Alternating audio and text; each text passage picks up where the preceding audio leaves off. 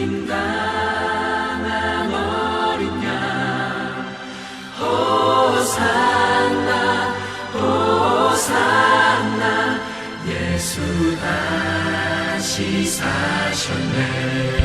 창세기 25장 19절로 23절까지의 말씀 한 절씩 교독하시겠습니다. 아브라함의 아들 이삭의 족보는 이러하니라. 아브라함이 이삭을 낳았고 이삭은 40세에 리브가를 맞이하여 아내를 삼았으니 리브가는 밧단 아람의 아람 족속 중 부두엘의 딸이요 아람 족속 중 라반의 누이였더라. 이삭이 그의 아내가 임신하지 못하므로 그를 위하여 여호와께 간구하매 여호와께서 그의 간구를 들으셨으므로 그의 아내 리브가가 임신하였더니 그들이 그의 태 속에서 서로 싸우는지라. 그가 이르되 이럴 경우에는 내가 어찌할꼬 하고 가서 여호와께 묻자온대. 23절 같이 읽겠습니다. 여호와께서 그에게 이르시되 두 국민이 내 태중에 있구나. 두 민족이 내 복중에서부터 나누이리라. 이 족속이 저 족속보다 강하겠고 큰 자가 어린 자를 섬기리라 하셨더라. 아멘. 1년은 보통 52주가 있는데요, 올해는 특별히 주일이 53번 있습니다. 특별한 한 해로 기억될 텐데요, 한 번 더 예배를 드리는 만큼 그만큼 감사가 더 많지 않았을까라는 생각이 듭니다. 여러분의 기억 속에 2017년은 어떻게 기억되고 있습니까? 각자 서로 다른 평가가 있을 수 있겠지요. 그러나 대부분의 평가는요, 저 후대에 가서 이루어지게 될 겁니다. 역사가 우리들의 삶이 어땠는지, 그리고 우리들의 후대가 우리들의 인생이 어땠는지 평가하게 될 것입니다. 그 평가는요, 지금 우리들이 겪고 있을 때는 그 평가가 잘 내려지지 않고 정확하지도 않습니다. 그러나 지금 내가 당하고 있고 겪고 있고 지나는 모든 일이 다 흘러가고 나서 더 이상 내가 그것에 대하여 손쓸 수 없게 된 그 즈음에 가서야 그것이 어떤 일이었구나 라고 평가할 수 있게 됩니다. 그러니 2017년도 한 해를 오늘 평가하는 것은요, 그렇게 정확하지 않을 겁니다. 그러나 2017년에 대한 기억이 점점 사라질 때쯤에 많은 시간이 흘러가면, 아, 그때 이런 일이 있었고 이런 의미가 있었구나 라고 우리가 올바른 평가를 내릴 수 있겠습니다. 말씀을 전하는 자로 성도님들께 이런 질문을 드리고 싶습니다. 올 한 해 여러분에게 가장 큰 은혜가 되었던 성경 말씀은 어떤 것이었습니까? 아픔과 눈물이 있었던 분에게는 위로의 말씀이 가장 기억될 것이고, 새로운 배움이 많았던 분들에게는 하나님에 대한 지식, 그것을 가져다 준 것이 될 것이고, 기쁨이 넘쳤던 그런 분들에게는요, 더 큰 기쁨을 가져다 주고 평안을 주는 그런 말씀이 기억에 남을 것입니다. 아직까지 올 한 해 내게 주신 말씀이 이것이었습니다 라고 고백할 내용이 없으시거든 오늘 읽고 듣고 나누는 이 말씀이 그 말씀이 되기를 축복합니다. 창세기 25장 말씀이 올 한 해에 마무리하는 말씀으로서 우리 인생의 고백이 되기 원합니다. 목사의 설교의 은혜를 받으려고 하면요, 목사가 보입니다. 그러나 하나님의 말씀을 통해서 드러난 예수 그리스도를 보려고 하면요, 예수님이 보입니다. 그러니 설교의 은혜 받으려고 하지 마시고 설교 안에 드러나는 하나님의 말씀을 통해서 은혜 받으시길 축복합니다. 성경은요, 어느 구절, 어느 책을 살피더라도 우리 예수님을 만날 수가 있습니다. 어떤 성경 부분은요, 해석에 좀 어려운 부분도 있습니다. 성경의 난제라고 하는데요, 그럼에도 불구하고 우리가 예수 그리스도를 바라보지 못하게 만드는 성경 구절은 단 한 구절도 없습니다. 왜냐하면 모든 성경이 바로 예수 그리스도에 관한 이야기이기 때문입니다. 오늘 말씀을 나누는 가운데 우리 예수님의 재림, His second coming, 그 주 예수의 강림이 우리들 마음속에 간절히 사모함이 생기는 그러한 일이 일어나길 축복합니다. 우리는 계속해서 창세기의 일들을 한 장 한 장 살펴보고 있는데요, 오늘까지 살펴보는 내용을 간단히 정리하면요, 천지 창조로부터 시작해서 아담과 하와, 가인과 아벨, 노아와 바벨탑, 그리고 아브라함과 이삭에까지의 이야기가 오늘의 이야기입니다. 이제 쭉 기억이 나시죠? 천지 창조, 가인과 아벨, 그 다음 누구라고요? 노아와 바벨탑, 그 다음에 아브라함과 이삭. 머릿속에 이 염두에 두시면요, 성경의 역사가 쭉 이어집니다. 자, 성탄 감사 예배를 우리가 지난주에 드렸고요. 그 이전에는 아브라함의 아들 이삭이 하나님께서 주신 리브가를 아내로 맞고 그녀를 사랑함으로 말미암아서 어머니 사라를 잃고 슬퍼함에 있어서 위로를 얻었다라는 내용을 우리 살펴보았습니다. 이삭이 하나님께서 주인 여인으로 인하여서 위로를 얻었습니다. 이런 것들을 보면요, 하나님께서는 성도들에게 어떤 일들을 준비해 주시는데 그 준비해 주시는 일들은 항상 위로가 된다는 것입니다. 그런데 이 위로는요, 사람이 원하는 일들로만 주어지지 않습니다. 때로는 사람이 너무도 당하기 싫어하는 일들로도 위로가 주어집니다. 이 말은 무슨 말이냐면요, 세상 사람들은 좋은 것이 주어져야 위로를 받았다라고 얘기합니다. 그런데 성경은요, 하나님 앞에서 좋은 것을 위로라고 얘기합니다. 하나님께 좋은 것이 성도들에게 가장 큰 위로입니다. 성도들이 당하기 싫어하는, 사람들이 당하기 싫어하는 것은 징계, 환난, 고난, 어려움, 이런 것들입니다. 그런데 만약에 하나님께서 그러한 모든 어려움들을 주시는 것이라면 그것은 오히려 성도에게 위로와 안식을 가져다 줄 것입니다. 아니, 이렇게 힘든데 무슨 안식입니까? 질문할 수 있겠죠. 왜냐하면 그 모든 어려운 일들은 인내를 요구하는데, 그런 인내를 요구하는 일들은 성도를 훈련시킵니다. 연단시킵니다. 그리하여서 그 마음이 점점점 부드러워지고 그의 마음이 예수 그리스도에게로 더 빨리 나아가게 됩니다. 그러니 하나님께서 원하시는 최종 목적이 이루어지는 것이지요.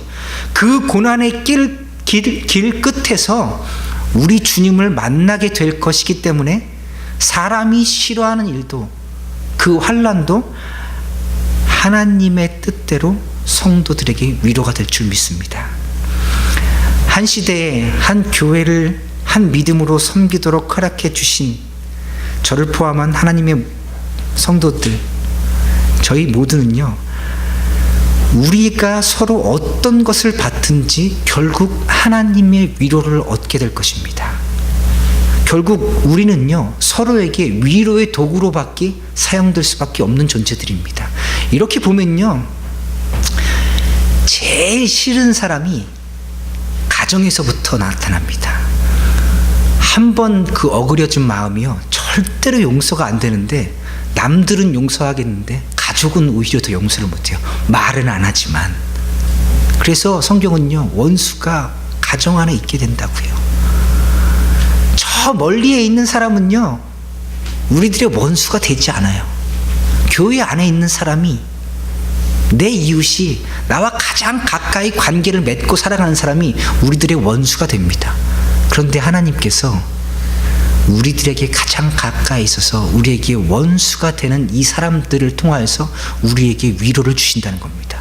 왜냐하면요, 이러한 일들을 통하여서 하나님께 구할 수밖에 없는 거예요. 사람이 변하지 않으니 하나님께 구할 수밖에 없는 겁니다. 그래서 나는 앞으로 어떤 사람으로 하나님께 사용될 것이냐면요, 내 옆에 있는 사람에게 축복의 통로, 위로의 통로가 될 줄 믿습니다. 어떠한 어려움이 있든지 하나님께서는 그것을 사용하여서 우리에게 위로를 줄 것인데, 저 사람이 나에게 정말 어려움을 줘요? 그러면 지금 그 사람이 나에게 앞으로 위로의 통로로 사용될 줄 믿습니다 하고 받아들이는 겁니다. 그것을 거꾸로 바꿔서 나를 생각해 보십시오. 나의 인생이 그에게 어려움을 주고 있어요. 그러면 나는 지금 그에게 어떤 도구입니까? 위로의 도구가 되는 겁니다. 우리 옆에 분에게 인사하십시다. 하나님의 위로의 도구로 한 해 동안 제게 있어 주셔서 감사합니다.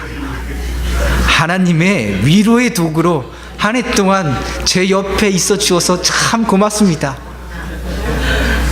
굉장히 부드러운 말이지요. 하나님께서는요, 우리 성도들과 우리 가족들 서로 미움과 아픔을 나누는 가운데 그 성도들이 내 옆에 있음으로 말미암아 하나님께서 위로를 주실 것입니다. 창세기 25장은요 아브라함의 말년의 이야기로 시작해서 이제 이삭의 세대로 성경의 시각이 옮겨짐을 보여주고 있습니다. 아브라함이 아내가 죽자 후처 그두라를 맡게 되고 자녀를 낳습니다. 서자들이지요.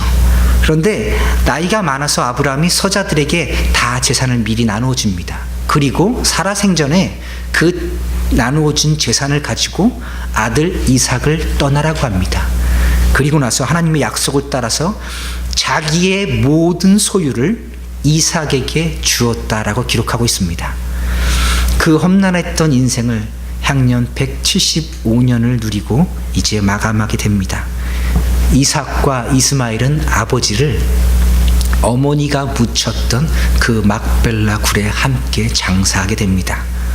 성경은 아브라함이 죽은 후에 하나님이 그의 아들 이삭에게 복을 주셨다 기록합니다. 이제 믿음의 조상인 아브라함의 시대는 접히고 이제 그 믿음의 조상 아브라함의 아들인 이삭의 시대가 새롭게 열렸습니다. 그러니 이삭의 인생에 있어서 하나님께서 축복해 주시는 것은 너무도 당연한 일이지요. 그런데 왜 이것을 너무도 당연하게 여길까요? 아브라함과 그의 후손에게 이삭에게로 하나님께서 주신 복이 이어져야만 하나님의 약속이 지켜지기 때문입니다. 하나님께서 내가 너의 자손을 아주 많아지게 하겠다 약속하셨죠. 그리고 너의 자손을 통해서 온 세상이 복을 받게 해주시겠다고 하셨어요. 그 자손은 지금 이삭을 얘기하는 겁니다. 그러니 이삭이 복을 받아야만 하나님께서 아브라함에게 해주신 약속이 지켜지는 겁니다. 우리 하나님을 성경에서 이렇게 부릅니다. 신실하신 하나님. 그 신실하다는 뜻은요, 약속을 반드시 지킨다라는 뜻이 있습니다. 하나님은 어떤 하나님이시냐면 그 약속을 절대로 바꾸시지 않고 처음 계획하신 그 선한 약속대로 반드시 이루시는 하나님이라는 겁니다. 하나님께서 그 하신 약속을 반드시 이루실 줄 믿습니다. 우리들의 상황과 모습과는 상관없이요, 세상의 역사가 어찌 흘러가든지 하나님의 약속하신 모든 것은, 그의 말씀은 반드시 이루어지게 될 것입니다. 자, 아브라함의 모든 축복을 이삭이 물려받았습니다. 이삭이 복을 받았습니다. 다시 돌아가서 아들이니까 너무도 당연한 것이죠. 모든 재산을 받는 것은 당연합니다. 그런데 이것이 우리에게 어떤 영적인 의미를 가져다 주는 것이 있습니다. 그것에 오늘 주목하기 원합니다. 믿음의 조상 아브라함에게 하나님께서 주신 모든 축복을 이삭이 다 물려받았습니다. 유산을 물려받았죠. 유산 중에 가장 좋은 것은 빚을 물려받는 것일까요? 부모님이 빚이 많아서 돌아가시면요, 자녀들에게 유산이 상속되는데 무엇도 함께 상속돼요? 빚도 함께 상속됩니다. 그러면 자녀들이 청구를 합니다. 부모의 유산을 상속받지 않겠습니다. 그러면 이제 상속받지 않게 됩니다. 우리가 유산이라고 할 때 좋은 것을 얘기하지, 내 몸 안에 있는 온갖 질병들이 유산으로서 자녀들에게 이어지게 해주십시오, 이런 기도하는 사람 아무도 없지요.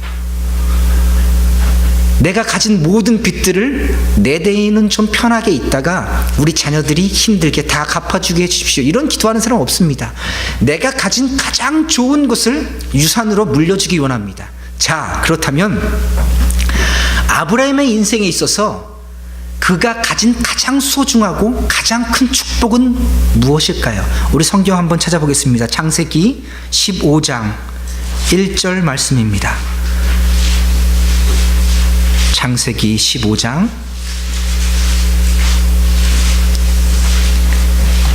1절 한 목소리로 읽겠습니다. 이후에 여호와의 말씀이 환상 중에 아브라함에게 임하여 이르시되 아브라함아 두려워하지 말라. 나는 내 방패요 너의 지극히 큰 상급이니라. 네, 바로 하나님 당신이 지극히 큰 상급, 가장 큰 복이라고 지금 선언해 주고 있는 겁니다. 아브라함이 유산으로 물려줄 가장 큰 축복, 그의 인생 가운데 받은 가장 큰 축복은 무엇입니까?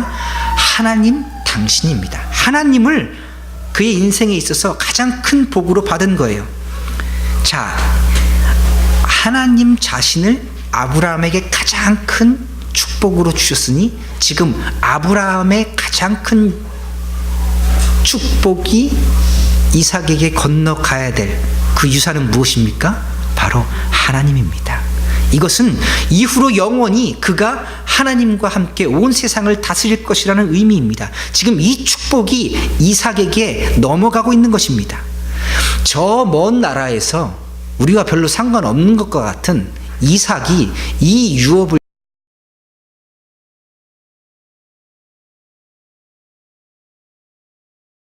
이어받고 유산을 받은 것이 우리와 도대체 무슨 상관이 있기에 이것이 성경에 기록되어 있을까요?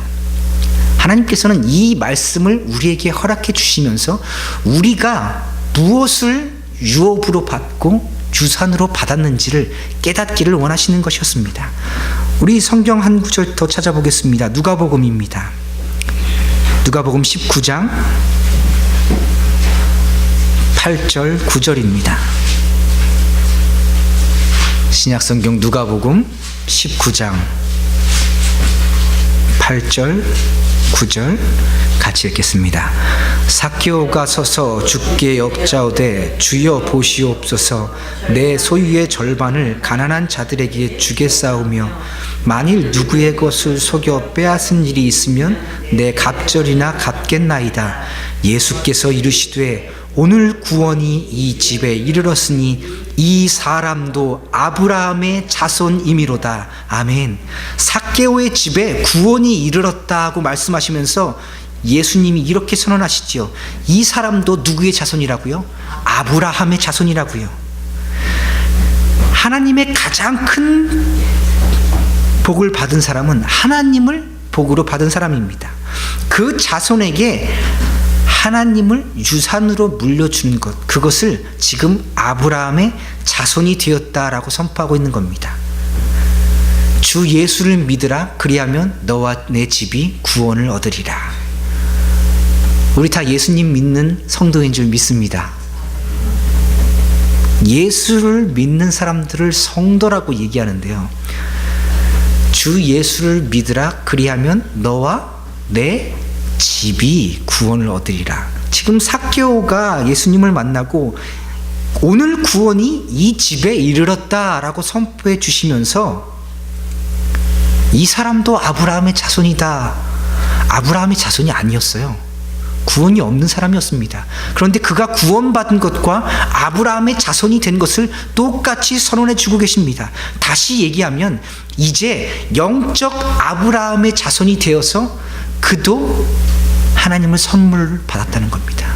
유산으로 받았다는 겁니다. 자, 우리가 예수님을 믿는다고 하는 것은요, 우리도 구원을 받았다는 것이고 우리도 지금 누구의 자손이 되었다는 겁니까? 아브라함의 자손이 되었다는 겁니다. 아브라함이 받았던 가장 큰 상급이, 가장 큰 축복이 이삭에게 유산으로 물려지고 있습니다. 그러니 이것이 지금 누구에게 물려지고 있음을 보여주고 싶으신 거예요? 우리에게 그 하나님이 상급으로 주어지고 있음을 보여주기 위하여 이 사건을 성경에 기록하신 것입니다. 우리가 아브라함이 이삭에게 물려준 가장 큰 상급을 유산으로 받았습니다. 주 예수를 믿음으로 인하여서 우리들에게 구원이 오게 되었고 그로 인하여 우리도 아브라함의 자손으로 선언되기 때문입니다.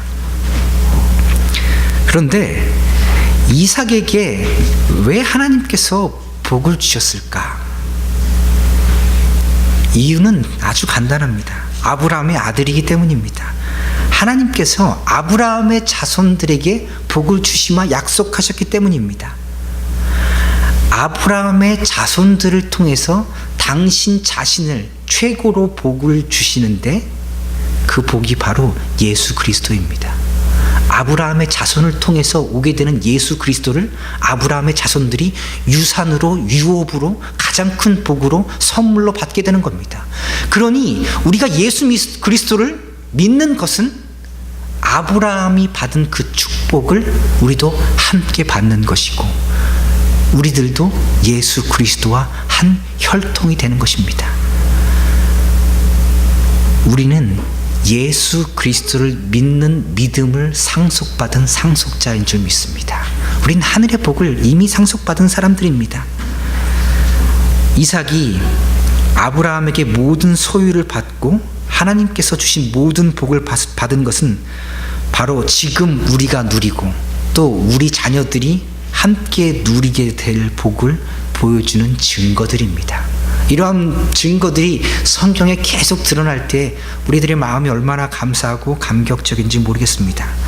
성경의 역사는 그 이스라엘에서 끝난 것이 아니라 지금 우리들의 일상생활 가운데서도 계속 역사되고 있기 때문입니다. 자, 이후에 성경은요, 이스마엘의 족보를 짧게 기록하고서 이삭의 족보로 넘어갑니다.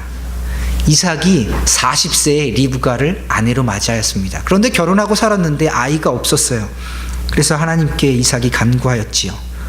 성경에 보니 하나님께서 그의 간구를 들으셨으므로 그의 아내 리브가가 임신하게 되었다라고 얘기합니다. 하나님께서 들으셨으므로 모든 일이 되었다고요. 그러니 여러분, 우리들의 삶의 모든 부분을 하나님께 아뢰십시다. 항상 대답이 예스만 있는 건 아닙니다. 노도 분명히 있습니다. 그러나 노라고 대답하는 것은요, 하나님께서 노라고 대답하시는 것은 우리에게 어려움을 주시겠다는 거예요. 그런데 서두에 말씀드렸듯이 우리에게 고난과 환난이 오게 되는 것은 그것을 통하여 무엇을 얻게 하기 위함이라고요? 위로를 얻게 하기 위함이라고요. 오랫동안 기도했는데 하나님께서 노 하고 들어주시지 않으세요. 그러면 노라고 말하는 일 때문에 우리는 하나님 앞에 더 기도하게 될 것입니다. 주의 은혜가 내게 족합니다.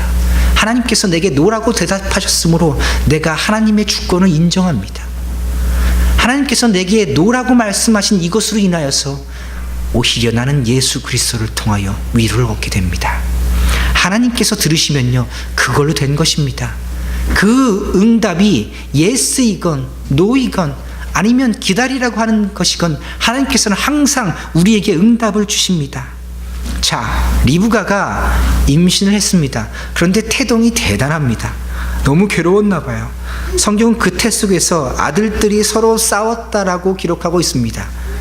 이제 이삭이 60세가 된 해에 때가 되어서 쌍둥이가 태어났습니다. 이삭이 리브가를 몇 세 때 맞았다고요?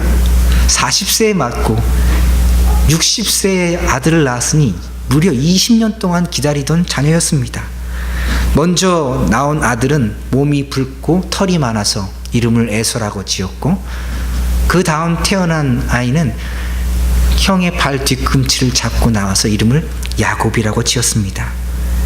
먼저 나온 에서는 용모가 하도 붉어서 붉다라는 에돔이라는 별명을 가지고 있었는데 용감한 사냥꾼이 되었고, 야곱은 조용한 사람이라 장막에 거하는 사람이 되었습니다. 그런데 재미있는 일은요, 이삭은 고기를 좋아해서 에서를 사랑하였고 리브가는 함께 있는 야곱을 사랑하였다라고 성경은 얘기합니다. 그러고 보면 부모님들이요, 10손가락 깨물어서 다 아프긴 한데 조금 다르게 아프긴 한가 봅니다. 별로 재미없으신가 보군요. 자녀들에게 들키고 싶지 않은 마음인가요? 야곱이 집에서 죽을 쓰고 있었습니다. 그런데 형 에서가 들에서 돌아와서 먹을 것을 좀 차려 먹어야겠는데 배가 너무 고프고 피곤합니다. 그래서 아우에게 나에게 좀 죽을 좀 다오 하니 야곱이 엉뚱한 말을 합니다. 그러면 장자의 명분을 내게 팔아 넘기십시오. 그럼 내가 죽을 주겠어. 아이고, 내가 배고파 죽겠는데 그 장자의 명분이 뭐라고. 너 가져라. 형님, 그러면 나에게 맹세하겠습니까? 아이고, 맹세. 너 가져. 성경은요, 에서가 그 장자의 명분을 가벼이 여기고 밥 먹고 자리 떠났다라고 얘기합니다. 장자의 명분, 그 아비의 유산을 받는 것에 대해서 그가 가벼이 여겼다라고 얘기하고 있습니다. 아브라함이 이삭에게 준 유산이 가장 큰 축복이 무엇이었다고요? 하나님이셨다고요. 가장 큰 유산이 하나님이셨다고요. 하나님 당신이고 그의 후손을 통해서 구세주 예수 그리스도가 나게 하실 것이라는 놀라운 축복 말입니다. 그런데 에서는 떡과 팥죽에 그것을 지금 팔아버렸습니다. 만약에 그 놀라운 영적인 축복을 에서가 알았다면 그렇게 쉽게 버릴 수 있었을까요? 그런데 그가 그렇게 할 수밖에 없었던 이유가 바로 여기에 있습니다. 리브가가 아이를 베고 태 속에서 싸우는 것을 알고 하나님께 아뢰더니 하나님께서 이렇게 답해 주셨습니다. 창세기 25장 23절 다시 한번 읽어보겠습니다. 창세기 25장 23절입니다. 같이 읽습니다. 여호와께서 그에게 이르시되 두 국민이 내 태중에 있구나. 두 민족이 내 복중에서부터 나누이리라. 이 족속이 저 족속보다 강하겠고 큰 자가 어린 자를 섬기리라 하셨더라. 아멘. 큰 자가 어린 자를 섬기리라. 이 말씀은 이삭에게서 난 야곱과 에서 그리고 그 후손들의 앞으로의 일들을 이야기해 주는 말씀입니다. 그런데 참 이스라엘 법도에 맞지 않아요. 우리랑 비슷합니다. 형이 있고 아우가 있으면 아우가 형을 섬겨야 되는 것이 당연해요. 장유, 유서 그렇습니다. 그런데 우리나라 법도에도 맞지 않고 당시의 이스라엘 법도에도 맞지 않습니다. 어찌 큰 자가 어린 자를 섬기게 되겠습니까? 그런데 이 말씀은요, 성경에서 하나님께서 하나님의 백성으로 삼아주실 사람들과 하나님께서 버리실 사람들을 이미 그 뱃속에서 나누고 계심을 우리가 발견할 수 있는 놀라운 구절입니다. 리브가가 임신을 하였어요. 뱃속에 쌍둥이가 있습니다. 앞으로 태어날 아이는 에서와 야곱이에요. 그런데 먼저 태어난 큰 자가 나중에 태어난 어린 자를 섬기게 되는 운명을 가지고 태어납니다. 하나님께서 둘을 나누시는 거예요. 그런데 그냥 섬기고 높고 낮음의 이야기를 성경이 지금 하고 있는 것이 아닙니다. 하나님께서 어떤 사람은 택하시고 어떤 사람은 버리시기로 작정하신 것을 이야기하는 성경 구절입니다. 그 증거가 여기에 있습니다. 말라기 1장 2절 3절 찾아서 읽어보시겠습니다. 구약성경 맨 마지막에 있죠. 말라기 1장 2절 3절입니다.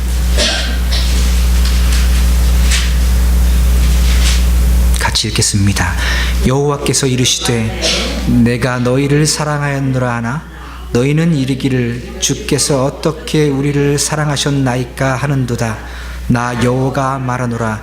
에서는 야곱의 형이 아니냐. 그러나 내가 야곱을 사랑하였고 에서는 미워하였으며 그의 산들을 황폐하게 하였고 그의 산업을 광야의 이리들에게 넘겼느니라.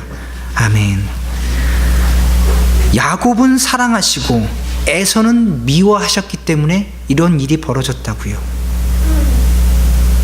하나님께서 이미 그렇게 작정하셨기 때문에 에서는 장자의 명분을 우습게 여기며 그것을 팔고 마음껏 살아가는 인생으로 살아갈 수밖에 없었던 것입니다.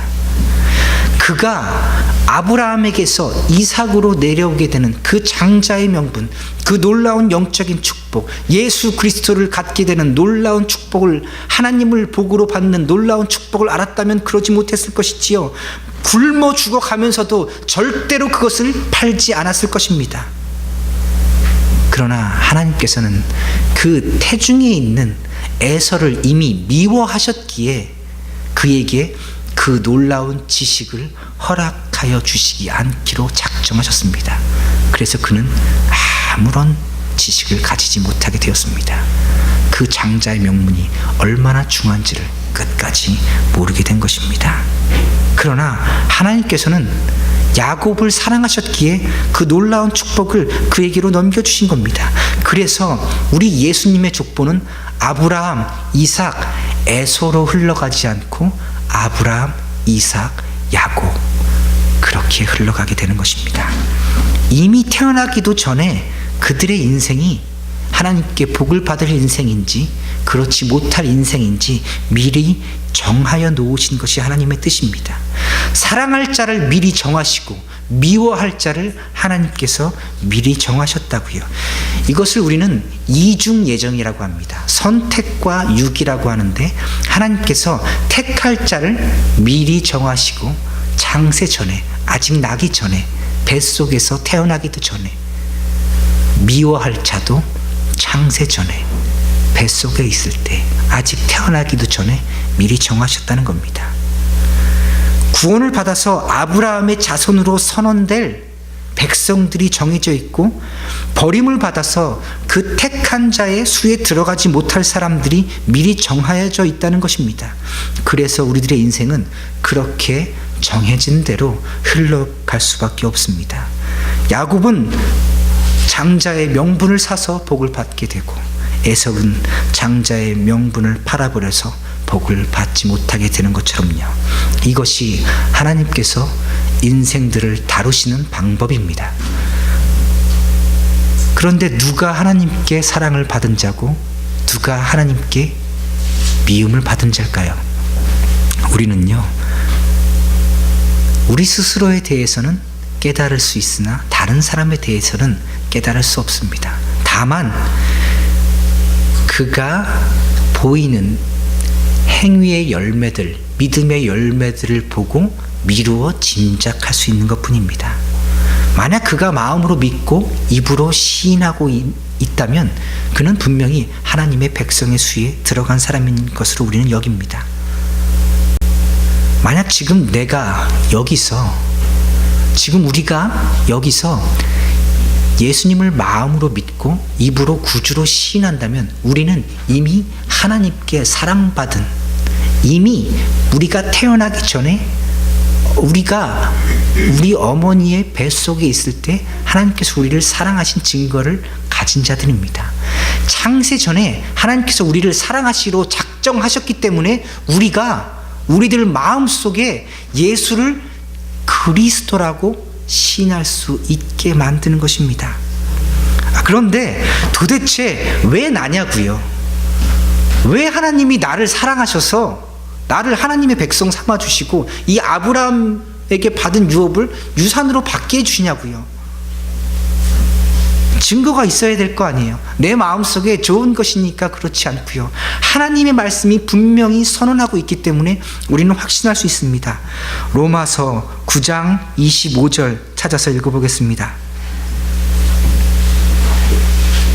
로마서 9장 25절 같이 읽겠습니다. 호세아의 글에도 이르기를 내가 내 백성 아닌 자를 내 백성이라 사랑하지 아니한 자를 사랑한 자라 부르리라. 아멘. 야곱이 아브라함으로부터 시작하여서 지금 이삭에게로 이어지는 이 놀라운 축복을 받을 수 있는 단 하나의 이유는요, 하나님께서 그렇게 하시겠다고 작정하셨기 때문이라고요.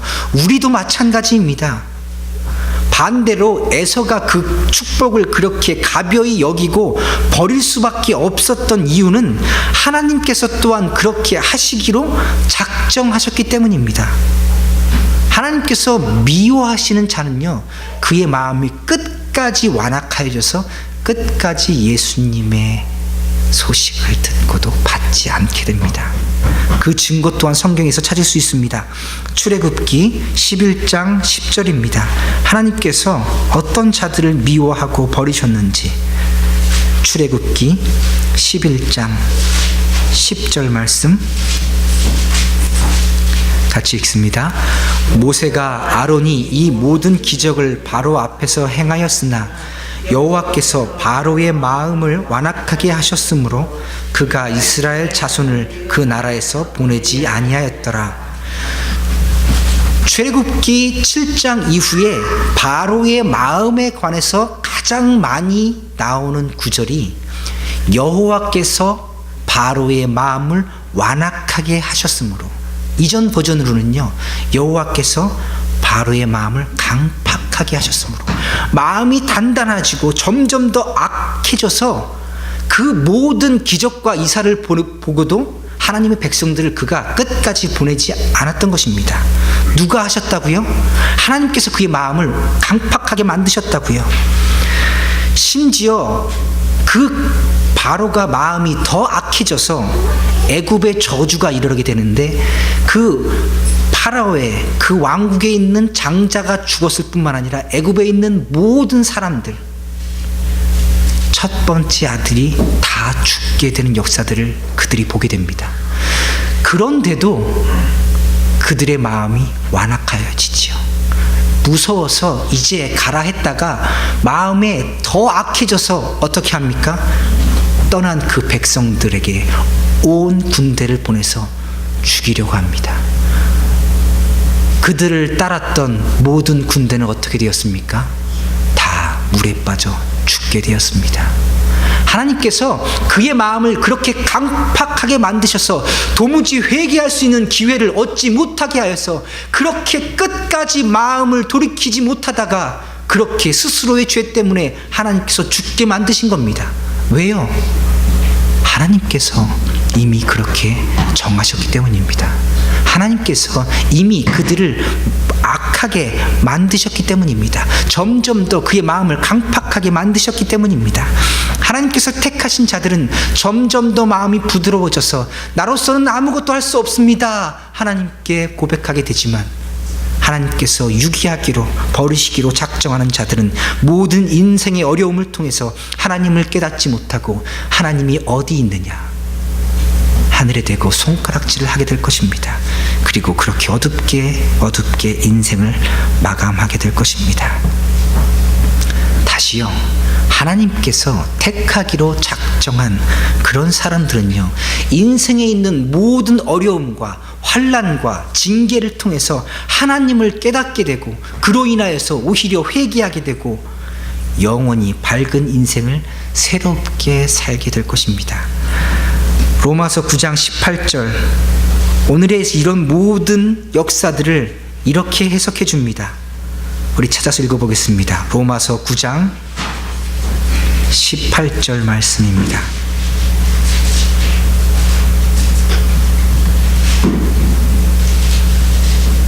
같이 읽겠습니다.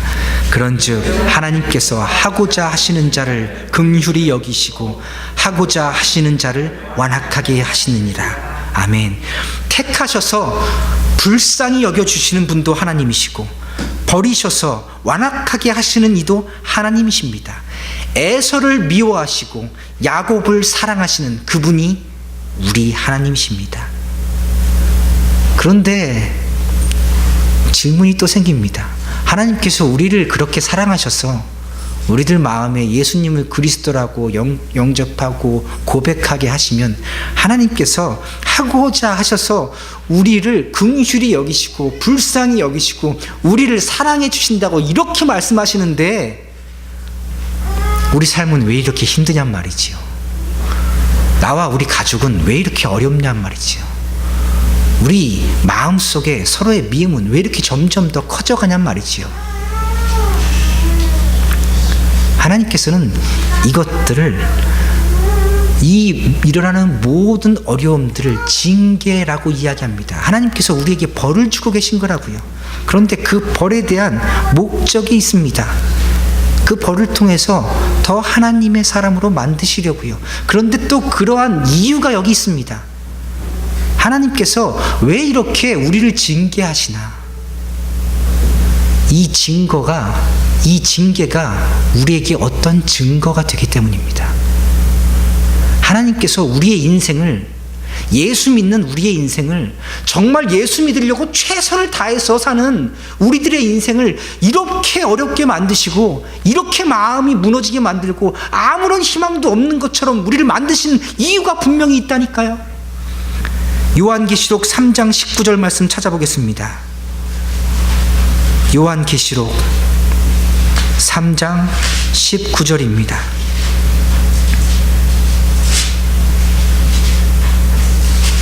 같이 읽겠습니다. 물은 내가 사랑하는 자를 책망하여 징계하느니 그러므로 내가 열심을 내라 회개하라. 하나님께서 우리를 사랑하시기 때문에 징계하신다고요. 징계를 받는 자마다 하나님의 아들됨을 깨닫게 되는 줄 믿습니다. 우리들의 인생이 어려우면 어려울수록 더 깨닫게 됩니다.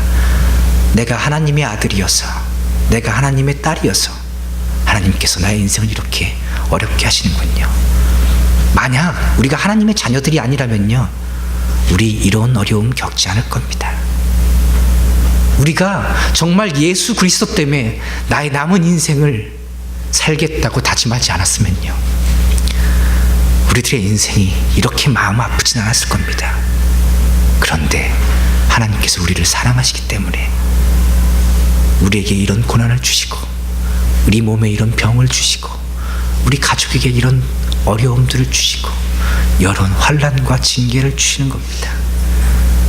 그러니 우리 열심을 내시고 우리 회개하십시다. 우리가 사랑하기 전에 먼저 우리를 사랑하시는 분이 우리 하나님이십니다.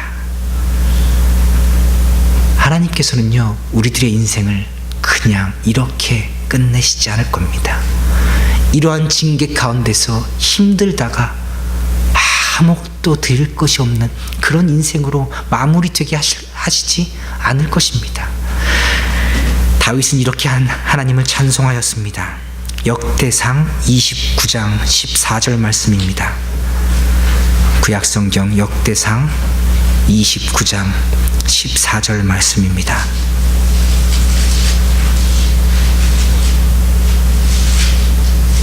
역대상 29장 14절 말씀 같이 읽겠습니다. 나와 내 백성이 무엇이기에 이처럼 즐거운 마음으로 드릴 힘이 있었나이까. 모든 것이 주께로 말미암아 싸우니 우리가 주의 손에서 받은 것으로 주께 드렸을 뿐이니이다. 아멘. 주님께서 주심으로 우리가 드릴 것이 있게 될 것입니다.